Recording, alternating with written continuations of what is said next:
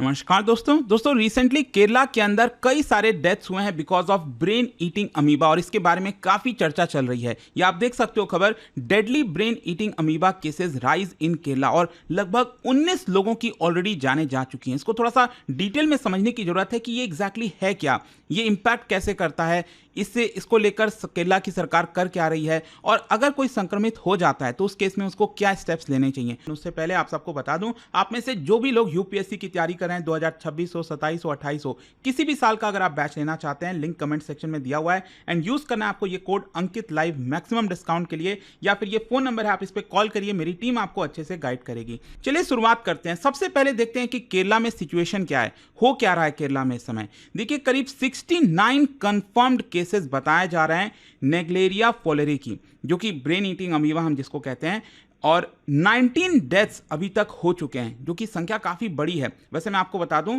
जब भी brain eating amoeba किसी को इन्फेक्ट करता है ना, मतलब होता है, तो उस केस में ज्यादातर चांसेस है कि उस पर्सन की मृत्यु हो जाती है। जी हाँ, और ये जो इन्फेक्शन है इसको क्या कहते हैं, इसको कहा जाता है PAM, that is primary amoebic meningoencephalitis. ठीक है, PAM कहा जाता है, जो कि एक्सट्रीमली रेयर है, बहुत रेयर है। लेकिन प्रॉब्लम यह है कि अगर हो गया तो यहां पर चांसेस ज्यादातर यही है कि पर्सन की मृत्यु हो जाती है। इनफैक्ट मैं आपको बता दूं, दुनिया में जहां जहां पर भी ब्रेन ईटिंग अमीबा हुआ है वहां पर 97%, 95, 97% फैटेलिटी रेट है। मतलब 100 लोगों को अगर इन्फेक्ट किया है तो सोचिए 95 लोगों की मृत्यु हो गई है।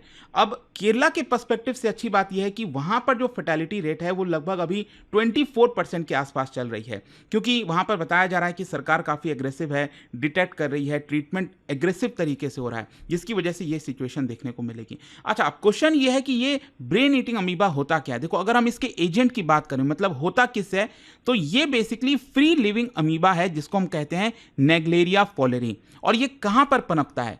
ज्यादातर केस में ये जो वार्म फ्रेश वाटर होता है ना, जैसे पॉन्ड्स हो गए, लेक्स हो गए, रिवर्स हो गया, हॉट स्प्रिंग्स हो गया, अनट्रीटेड जो वेल्स होते हैं, स्विमिंग पूल अगर आपने अच्छे से मेंटेन नहीं किया, और स्पेशली वार्म का सीजन है, ठीक है, टेम्परेचर ज़्यादा है, तो वहाँ पर इसका हैबिटेट आपको देखने को मिलेगा। अच्छा, ये इन्फेक्ट कैसे होता है, और ये बहुत इंपॉर्टेंट है क्योंकि काफ़ी ज़्यादा लोगों को कन्फ्यूजन होता है, भ्रांति होती है कि आखिरकार इससे होगा वो होगा, और काफ़ी फेक चीज़ें भी चलती हैं। मैं आपको क्रिस्टल क्लियर बता देता हूँ। देखो, water containing amoeba enters the nose, मतलब कि कोई मान लो स्विमिंग करने गया, अब नहाने गया, डुबकी मारने गया, नसल क्लीनिंग मतलब अपना नाक साफ कर रहा है उस पानी से, और उस पानी में अगर अमीबा है ये वाला नेग्लेरिया फोलेरी, तो उस केस में आपके नोज में ये एंटर कर जाएगा। ठीक है, और ये जो अमीबा है ना, जब नोज में एंटर करता है तो उसके बाद ये ट्रैवल करता है थ्रू ऑल्फैक्टरी नर्व्स, और ऑल्फैक्टरी नर्व से ट्रैवल करके ये स्कल बेस को क्रॉस करता है और फाइनली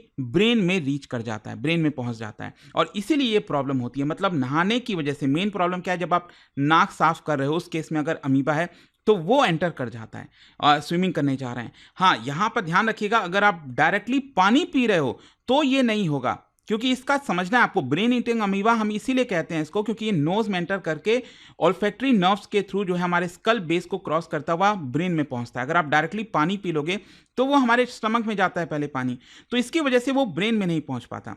तो that is why it is not transmitted by drinking contaminated water, या फिर ह्यूमन टू ह्यूमन कॉन्टैक्ट से भी ये नहीं होता है। और इसका सिम्टम्स की अगर हम बात करें, कब सिम्टम्स अपीयर होता है, देखो हो सकता है कि जब ये एंटर किया अमीबा आपकी बॉडी में तो उस केस में 1 से 2 दिन के बाद ही यहाँ पर सिम्टम्स नजर आ जाएंगे। हो सकता है 8 से 9 दिन के बाद आए, मतलब 1 से 9 दिन के बाद जो है सिम्टम्स अपीयर हो जाते हैं। अच्छा, क्लिनिकल फीचर्स की अगर हम बात करें, मतलब कि अर्ली सिम्टम्स क्या होते हैं इसके, ताकि हम आइडेंटिफाई कर सकें। देखो, जैसे इसमें सरदर्द काफ़ी ज़्यादा होता है, फीवर होता है, नौजिया होती है, वॉमिटिंग होता है, और मतलब जनरल तरीके से थोड़ा सा अच्छा सा नहीं लगता। तो ये तो ज़्यादातर केस में आपको हर एक बीमारी के साथ देखने को मिलता है, तो इससे इसकी वजह से पता नहीं चल पाता इजली कि क्या यहाँ पर ब्रेन ईटिंग अमीबा है ये। लेकिन जैसे जैसे टाइम बढ़ता जाता है उसके बाद नेक में जो है स्टिफनेस आने लगती है, कन्फ्यूजन होता है, डिसओरिएंटेशन सा लगता है, सीजर्स आ सकते हैं, हेलुसिनेशंस हो सकता है, बैलेंस लूज हो सकता है, कोमा में जा सकता है पेशेंट। तो ये काफ़ी बाद में जब ये सारी चीज़ें आती हैं ना, तब लोग सीरियस लेना स्टार्ट करते हैं। तो ये चीज़ आपको यहाँ पर समझना है। क्वेश्चन ये है कि इसको पहचाने कैसे, क्योंकि इतना ईजी तो है नहीं। डायग्नोसिस क्या है इसका, मतलब कैसे पता चलेगा कि हाँ ब्रेन ईटिंग अमीबा हमारे अंदर है। तो उस केस में यहाँ पर एक तो CSF एनालिसिस होता है, मतलब यहाँ पर जो बैक्टीरियल काउंट है वो देखा जाता है, या फिर अगर हमें एकदम तय करना है कि हाँ ये है कि नहीं, तो डेफिनेटिव टेस्ट के लिए यहाँ पर एक कल्चर होता है, culture in specialised lab. Specially आपने ब्लड कल्चर वगैरह सुना होगा, जिसमें बहुत टाइम लग जाता है, कम से कम 4, 5, 6 दिन के बाद जो है फुल रिपोर्ट सामने आती है।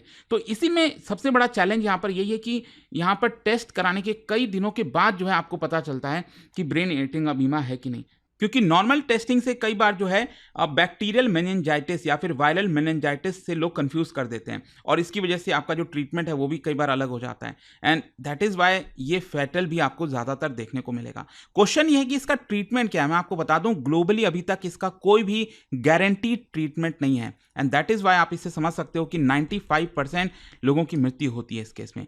तो मेडिकेशंस जैसे कि ऑलरेडी कई बीमारियों के लिए जो ऑलरेडी ड्रग्स अवेलेबल हैं, जैसे कि एम्फोटेरेसाइन हो गया, माइल्ड फोसाइन हो गया, तो ये सब का यूज़ किया जाता है। और सबसे इंपॉर्टेंट इसमें ये है सपोर्टिव मेजर। जैसे कोविड के समय भी आपने देखा होगा सपोर्टिव मेजर्स काफ़ी इंपॉर्टेंट था कि ऑक्सीजन की सप्लाई है कि नहीं आईसीयू केयर में, मतलब एग्रेसिव आईसीयू केयर होना चाहिए, आईसीयू में भर्ती होनी चाहिए, ताकि 24 आवर्स यहाँ पर निगरानी रखी जाए। केरला के अंदर अगर आप देखोगे तो यहाँ पर सर्वाइवल के चांसेस ज़्यादा बढ़ गए हैं, क्योंकि यहाँ पर बोला जा रहा है कि माइल्टोफोसाइन दिया जा रहा है पेशेंट को और सपोर्टिव केयर दिया जा रहा है, जिसकी वजह से फर्टिलिटी रेट अभी वहाँ पर 25% के आसपास ही है। ठीक है, अब क्वेश्चन ये है कि केरला की सरकार क्या रिस्पॉन्स कर रही है।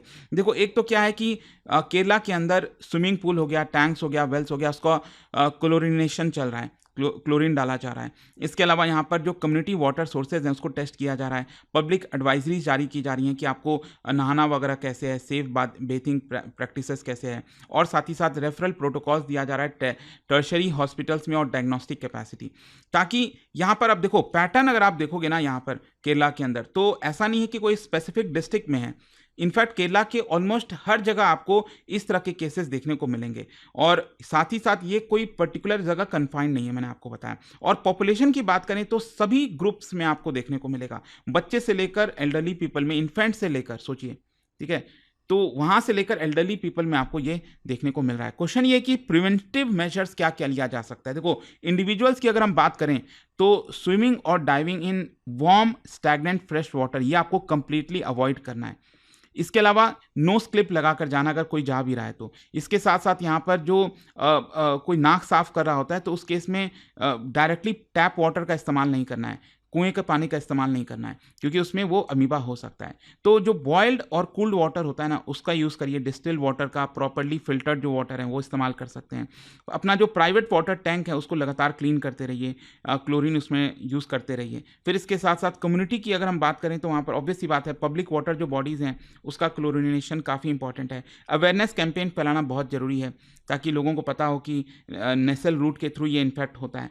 तो डायग्नोस्टिक और जो सर्विलेंस है वो बहुत मायने रखता है। अच्छा, इसको लेकर काफ़ी रिसर्च भी चल रहा है, लेकिन चैलेंजेस भी हैं, क्योंकि मैं आपको बता दूं अमीबा नेचुरली जो है फ्रेश वाटर में अकर होता है, तो आप उसको एलिमिनेट तो कर ही नहीं सकते, आप उससे बचने की कोशिश कर सकते हो। तो इसी की वजह से यहाँ पर रिसर्च यही चल रहा है कि कैसे रैपिड डायग्नोस्टिक हो, किसी को अगर हुआ तो जल्द से जल्द कैसे पता चले कि हाँ ये वाली पर्टिकुलर डिजीज़ है। इसके अलावा यहाँ पर जो न्यू एंटी एमेबिक ड्रग्स है उसका डेवलपमेंट चल रहा है। Clinical protocols for aggressive therapy की बात कही जा रही है। और साथ ही साथ केरला में यूनिक आपको मॉडल देखने को मिलेगा।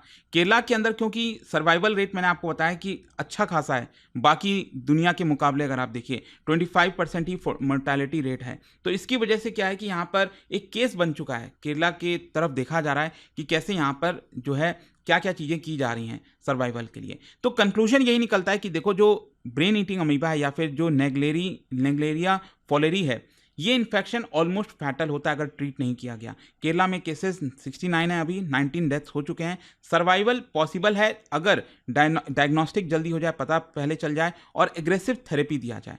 तो बेस्ट डिफेंस यहाँ पर यही है कि आप इससे बचिए, अदरवाइज ये बहुत खतरनाक है। तो आई होप कि आपको अच्छे से डिटेल में समझ में आ गया होगा कि ब्रेन ईटिंग अमीबा के बारे में क्यों चर्चा चल रही है। और जाने से पहले एक बहुत ही इंटरेस्टिंग क्वेश्चन, क्या यहाँ पर आप इसको करेक्टली मैच कर सकते हो, कौन कौन सा सही मैच हो रखा है इनमें से, जो अलग अलग डिजीज़ हैं किस वजह से कैसे होता है वो आपको बताना है। और इसका राइट आंसर आप सब जानते हैं, मेरे इंस्टाग्राम पर तो मिलेगा ही, वहां पर अगर आप नहीं हो कोई बात नहीं, टेलीग्राम से ले सकते हैं इसका सही उत्तर। और दोस्तों जैसा मैंने आपको बताया, अगर आप यूपीएससी की तैयारी कर रहे हैं, कोई भी बैच चाहते हैं, you just have to use this code Ankit live maximum discount के लिए। और यहाँ पर पूरे जो बैचेस हैं हमारे 2027 और 28 इसमें कंप्लीट प्रिपरेशन आपको कराई जाती है, प्रीलिम्स मेंस इंटरव्यू सब कुछ। 18 बुक्स का पूरा सेट भी आपके घर भेजा जाता है, पर्सनल मेंटरशिप आपको इसके अंदर मिलती है। कोई प्रॉब्लम है, दिक्कत है, ये फोन नंबर दिया, आप इस पे कॉल करिए, मेरी टीम आपको अच्छे से गाइड करेगी। स्टडी IQ IAS, आपका सिलेक्शन हमारा मिशन।